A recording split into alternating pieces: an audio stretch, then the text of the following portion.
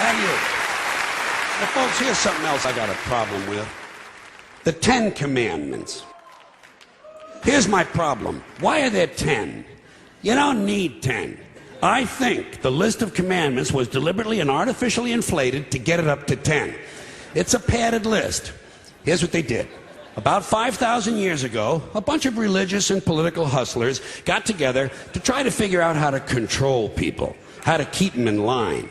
They knew people were basically stupid and would believe anything they were told, so they announced that God had given them some commandments. Up on a mountain, when no one was around, God had given them the 10 Commandments.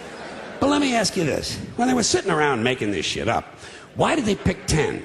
Why 10? Why not 9 or 11? I'll tell you why. Because 10 sounds official. 10 sounds important. They knew if it was 11, people wouldn't take it seriously. So what, are you kidding me? The 11 Commandments? Get the fuck out of here.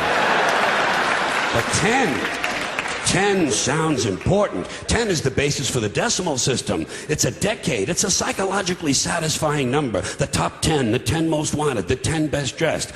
So having 10 commandments was really a marketing decision. And to me, it's clearly a bullshit list. It's a political document artificially inflated to sell better.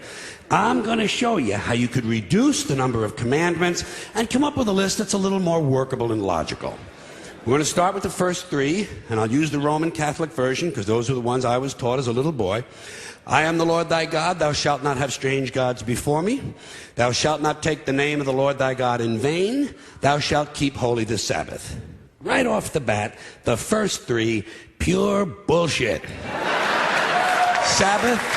Sabbath day, Lord's name, strange gods. Spooky language. Spooky language. Designed to scare and control primitive people. In no way does superstitious nonsense like this apply to the lives of intelligent, civilized humans in the 21st century. You throw out the first 3 commandments, you're down to 7. Next, honor thy father and mother. Obedience, respect for authority. Just another name for controlling people. The truth is, obedience and respect should not be automatic. They should be earned. They should be based on the parent's performance. Parent's performance. All right? Some parents deserve respect. Most of them don't. Period. You're down to 6. Now, in the interest of logic, something religion is very uncomfortable with, we're going to jump around the list a little bit. Thou shalt not steal. Thou shalt not bear false witness. Stealing and lying. Well, actually, these 2 both prohibit the same kind of behavior.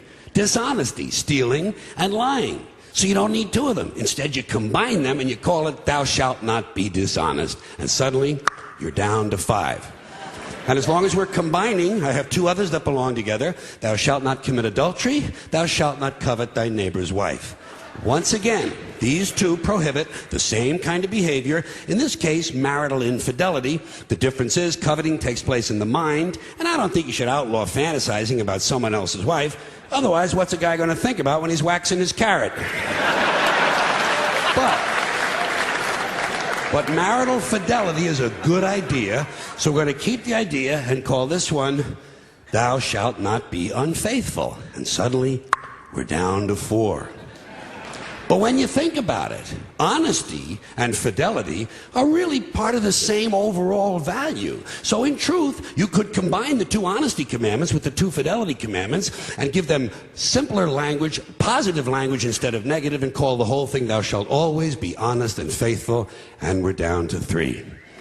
Thou shalt, they're going away fast. Thou shalt not covet thy neighbor's goods. This one is just plain fucking stupid. Coveting your neighbor's goods is what keeps the economy going. All right? Your neighbor gets a vibrator that plays "Oh Come All Ye Faithful." You want to get one too. Coveting creates jobs. Leave it alone. You throw out coveting and you're down to 2 now, the big honesty and fidelity commandment, and the one we haven't talked about yet, thou shalt not kill, murder, the 5th commandment. But when you think about it, religion has never really had a big problem with murder. Not really. More people have been killed in the name of God than for any other reason. All you have to do... Sure.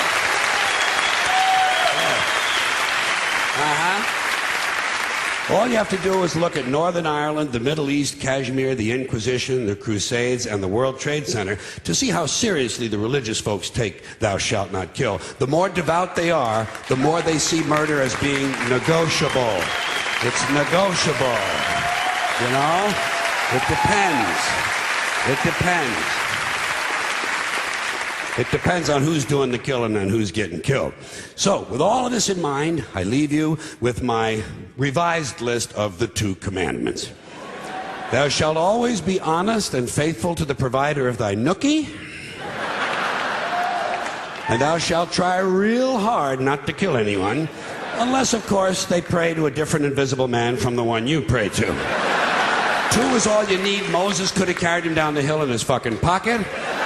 And if they had a list like that, I wouldn't mind those folks in Alabama putting it up on the courthouse wall. As long as they included one additional commandment, thou shalt keep thy religion to thyself. Thank you. Thank you. Thank you, everybody. Thanks for coming in. I appreciate it. Thank you. Thank you.